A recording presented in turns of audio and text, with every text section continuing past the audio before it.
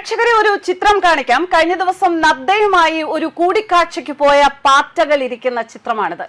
എപ്പോൾ പറന്നു പോകണം, എപ്പോൾ അടികിട്ടും എന്നുള്ള മട്ടിലാണ് ഈ രണ്ട് പാറ്റകളുടെയും ഇരിപ്പ്. ചിത്രത്തിൽ കാണുമ്പോൾ അറിയാം, ആകപ്പാടെ ഒരു താല്പര്യവുമില്ലാതെ ഇരിക്കുന്ന നദ്ദയുടെ ആ പൗരുഷ ഭാവത്തിന് മുന്നിൽ ചൂളിയിരിക്കുന്ന രണ്ട് പാറ്റകൾ. ഇവരാണ് എന്തൊക്കെയോ നേടിയെടുക്കാനായി ദില്ലിയിൽ സമരം നടത്തുന്നത്. ഈ ദിവസവും ഇന്നും കൂടുതൽ പ്രക്ഷോഭങ്ങൾ ഉണ്ടാകും എന്നാണ് സൂചന. അവിടെ അന്തരീക്ഷം ഇപ്പോഴും കലുഷിതം തന്നെയാണ്. പാർലമെന്റ് മാർച്ചിനിടെ കഴിഞ്ഞ ദിവസം കേന്ദ്രമന്ത്രി JP നദ്ദയുമായി നടത്തിയ കൂടിക്കാഴ്ച ഉപയോഗശൂന്യമായിരുന്നു എന്ന് കോക്രോച്ച് ജനതാ പാർട്ടി വക്താവ് അശുതോഷ് റാങ്ക പറഞ്ഞിരിക്കുന്നു. 4 മണിക്കൂർ സമയം വെറുതെ പാഴാക്കി എന്നാണ് അദ്ദേഹം പറയുന്നത്. ഇത് കണ്ട ശേഷം നദ്ദാജി കള്ളം പറയരുത്, ഞങ്ങളുടെ പ്രസ്ഥാനത്തിന്റെ ശക്തി മനസ്സിലായപ്പോൾ നിങ്ങളുടെ സർക്കാർ നിരാശരായി. പിന്നീട് ഉപയോഗശൂന്യമായ ചർച്ചയുടെ പേരിൽ ഞങ്ങളുടെ 4 മണിക്കൂർ പാഴാക്കി. CJP നേതാക്കളുമായി കൂടിക്കാഴ്ച നടത്തി എന്ന നദ്ദയുടെ പോസ്റ്റിന് മറുപടിയായിട്ടാണ് റാങ്കയുടെ എക്സിലെ പോസ്റ്റ്. സർക്കാരുമായി ചർച്ച നടത്താൻ പ്രതിഷേധക്കാർ ആദ്യമായി തയ്യാറായി എന്നാണ് നദ്ദയുടെ പോസ്റ്റ് കുറിച്ചിരുന്നത്. രേഖാമൂലം നിവേദനം സമർപ്പിച്ചുവെന്നും പ്രതിഷേധക്കാർ സമരം അവസാനിപ്പിക്കാൻ തയ്യാറായെന്നും നദ്ദ കുറിച്ചു. കൂടിക്കാഴ്ചയുടെ ചിത്രവും മന്ത്രി പങ്കുവച്ചിരുന്നു. എന്തായാലും ഈ ചിത്രത്തിൽ നിന്ന് ആരാണ് അവിടെ ചൂളിയിരിക്കുന്നത് എന്ന് പ്രേക്ഷകർക്ക് നല്ലതുപോലെ മനസ്സിലായി കാണും. കാരണം പ്രധാനമന്ത്രി നരേന്ദ്രമോദിയുടെ ഭരണസാരഥ്യത്തിന് കീഴിലുള്ള ഒരു ഉദ്യോഗസ്ഥനും ഒരു ഭരണാധികാരിയും ആരുടെ മുമ്പിലും ചൂളില്ല. കാരണം പ്രധാനമന്ത്രി നരേന്ദ്രമോദി എന്ന ആ നേതൃത്വത്തിന്റെ കരുത്ത് ഓരോ ഉദ്യോഗസ്ഥരിലും അദ്ദേഹം പകർന്നു നൽകിയിട്ടുണ്ട്. എന്താണ് രാജ്യത്തിന് ശരിയായത്, എന്താണ് രാജ്യത്തിന് വേണ്ടത്, എന്താണ് രാജ്യത്തെ വിദ്യാർത്ഥികൾക്ക് വേണ്ടത്, ഇത് അതുമായി ബന്ധപ്പെട്ട് പ്രവർത്തിക്കുന്ന ഓരോരുത്തർക്കും അറിയാം. അതിനു മുന്നിൽ രണ്ട് പാറ്റകൾ വന്നിരുന്ന് ഇങ്ങനെ സംസാരിച്ചാൽ, അല്ലെങ്കിൽ ഒരു കൂട്ടം പാറ്റകൾ പാറിപ്പറന്ന് ദില്ലിയിൽ പ്രശ്നങ്ങൾ ഉണ്ടാക്കിയാൽ ഒന്നും നടക്കാൻ പോകുന്നില്ല. കഴിഞ്ഞ ദിവസം കുറച്ച് സംഘർഷങ്ങൾ ഉണ്ടാക്കാൻ അവർക്ക് സാധിച്ചു. പക്ഷേ അതിന് ബദലായിട്ട്, അതിന് പകരമായിട്ട് എന്തൊക്കെയാണ് കേന്ദ്ര സർക്കാർ ചെയ്യാൻ പോകുന്നത് എന്നത് അണിയറയിൽ ഒരുങ്ങുക തന്നെയാണ്. എന്തായാലും ഇതുമായി ബന്ധപ്പെട്ട് ഭാസ്കരൻ നായർ അജയൻ അദ്ദേഹത്തിന്റെ ഫേസ്ബുക്കിൽ ഒരു കുറിപ്പ് കുറിച്ചിട്ടുണ്ട്. കാരണം ഈ പാറ്റകൾ ശരിക്കും മണ്ടന്മാരാണ്. പാറ്റകൾ എന്ന് ഞാൻ ഉദ്ദേശിച്ചത് CJPയുടെ ഭാഗമായി വരുന്ന വിദ്യാർത്ഥി സമൂഹം. അവർ ശരിക്കും മണ്ടന്മാരാണ്.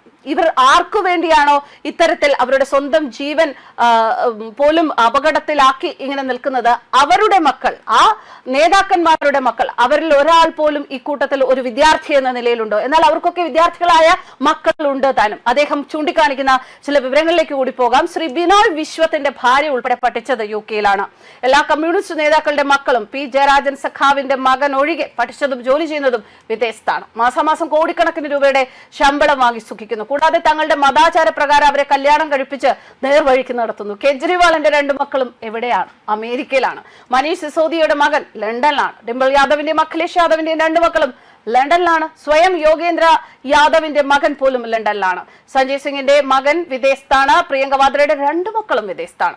കമ്മ്യൂണിസ്റ്റ് പാർട്ടിയിലെ മിക്കവാറും എല്ലാ വലിയ നേതാക്കളുടെ മക്കൾ വിദേശത്താണ്. സംശയമുണ്ടോ? അല്ലെങ്കിൽ അവർ ഫസ്റ്റ് ക്ലാസ് ഗസറ്റഡ് റാങ്കിൽ ഉദ്യോഗം ഭരിക്കുകയായിരിക്കും, അല്ലെങ്കിൽ കോടിക്കണക്കിന് രൂപ ടേൺ ഓവർ ഉള്ള കമ്പനി നടത്തുകയായിരിക്കും. എന്നിട്ടും ഈ പാറ്റകളായ മണ്ടന്മാർ അവരുടെ വാക്കുകേട്ട് പോലീസിനെ ലാത്തി തിന്നുകയാണ്. നിങ്ങളെ തെറ്റിദ്ധരിപ്പിച്ച് ഇവിടെ കൊണ്ടുവന്നവരോട് നിങ്ങൾ ചോദിക്കേണ്ട ചോദ്യം ഇതാണ്: ധൈര്യമുണ്ടെങ്കിൽ നിങ്ങളുടെ മക്കളെ ഇവിടെ കൊണ്ടുവന്നിട്ട് സമരം ചെയ്യാൻ. നിങ്ങളുടെ അടുത്ത് വന്ന് കള്ളക്കണ്ണീർ ഒഴുക്കുന്ന ഓരോ പ്രതിപക്ഷ നേതാവിനോടും നിങ്ങൾ ചോദിക്കണം, ആദ്യം നിങ്ങളുടെ മക്കളെ ഇവിടെ കൊണ്ടുപോയെന്ന്. സേഫ് സോൺ കളി, അവരുടെ മക്കൾ സേഫായി വിദേശത്ത് യൂണിവേഴ്സിറ്റി, ജോലി, പൗരത്വം എല്ലാം അവിടെ. പക്ഷേ സാധാരണക്കാരന്റെ മകന് കിട്ടുന്ന FIR-ഉം ലാത്തിയടിയും. ശരിക്കും പറഞ്ഞാൽ ഈ വിദ്യാർത്ഥികളെ അവർ ഇന്ധനമാക്കുകയാണ്, ഒരു ആൾക്കൂട്ടം ഉണ്ടാക്കുകയാണ്. ആ ആൾക്കൂട്ടത്തിന് വേണ്ടി വികാരം കൊള്ളുന്ന ചെറുപ്പക്കാരെ അവർ ഉപയോഗിക്കുകയാണ്. സമരം ചെയ്ത് ജയിലിൽ പോയാലും അവർക്ക് നേട്ടം, ഈ വിദ്യാർത്ഥികൾക്ക് നഷ്ടം.